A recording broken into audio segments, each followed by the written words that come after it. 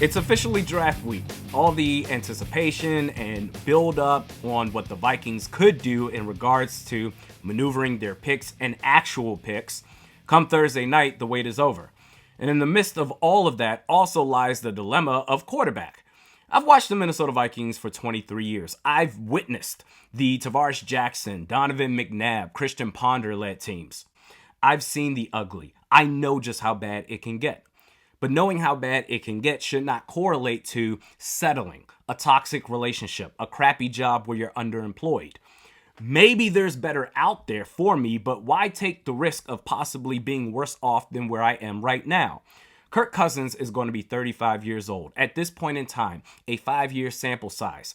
The peak of what we've seen is getting to the divisional round in 2019.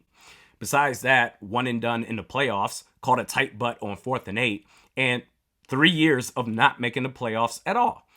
We don't need to talk about a contract extension. We don't need to talk about the what ifs anymore. We've seen all there is to see with this guy. So knowing that, unless you still want to argue that nothing's his fault, when the Vikings win, he gets all the credit. When the Vikings lose, everyone else deserves the blame. I'm not entertaining that anymore. There are plenty of other content creators that will do that for you. But knowing that, what's better, especially for a team that has yet to win it all? Taking a chance, knowing that where you are at quarterback, you're going nowhere, or settling for the safe state you're in because of the fear of the unknown. Vikings should not be afraid to make a move. And who cares how it will make Cousins feel? You've had 5 years with the ultimate job security of guaranteed contracts and Sean Mannion / Nick Mullins as your backup. All the money in the world with zero threat of someone taking over your job. Your job for 5 years has been completely autonomous. All the control in your hands, the American dream, with nothing to show for it.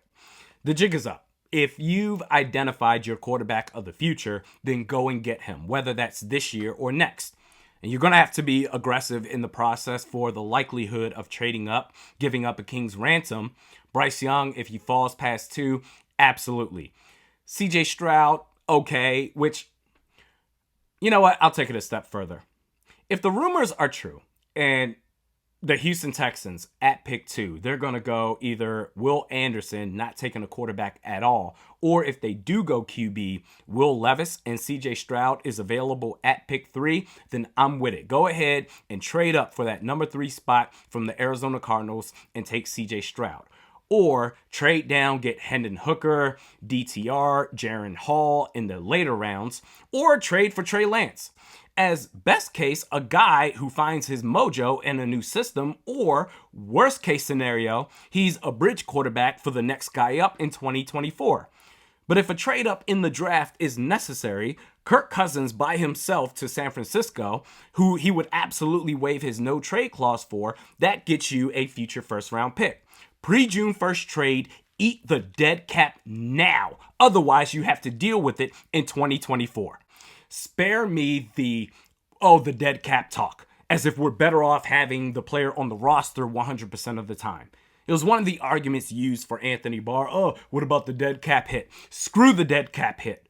Kirk Cousins, you're going nowhere with this guy. And because of his contract reconfiguration, you're taking a cap hit of $28.5 million in 2024 without him on the roster. So that makes it better than a year from now? Take the hit now, get an extra first later. Daniil Hunter, that gets you a first round pick.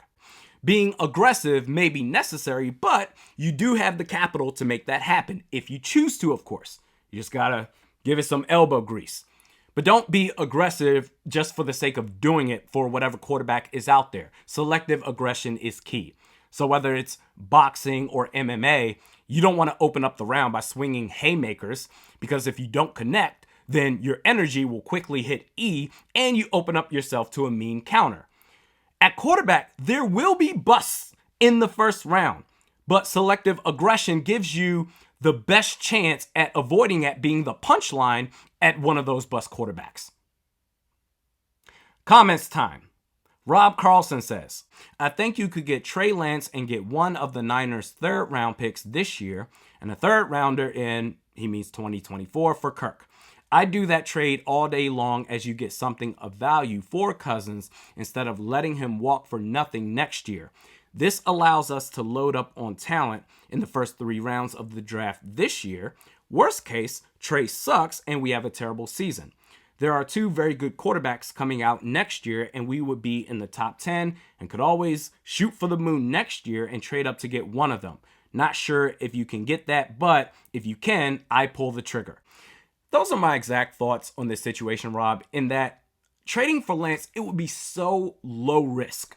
All it would take is Kirk, and you get Lance and at least 2 third-round picks, but it's so low risk to where you keep your first-round picks that you would otherwise sacrifice in trading up for in this draft, pick 3, for example. And if it doesn't work out, you have a terrible season, great. That puts you in better position draft-wise next year to where you don't have to give up as much to trade up if necessary for that quarterback of the future. I'm right there with you.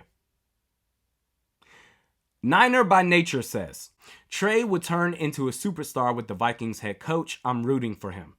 And that's coming from a Niners fan. And that is the next thing I'm looking forward to seeing is from the pocket of head coach Kevin O'Connell, can you develop quarterbacks? What does that look like? For all we know, trade for Trey Lance, he may look good in a Vikings jersey.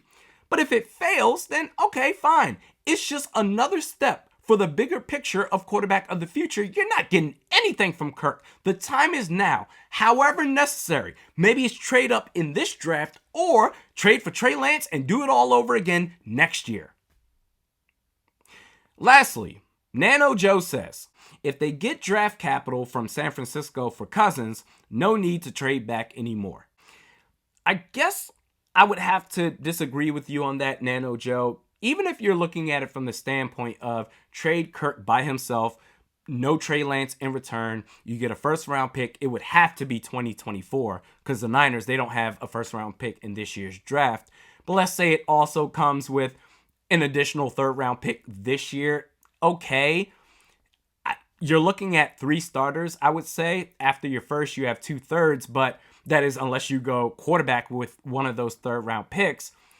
But after pick 23, you don't trade down. Your next pick after that, it's not going to be until the end of the 3rd round, basically. Or if you do get Trey Lance in return, get 2 third-round picks, it's the same situation after the first, no second, end of the 3rd after that.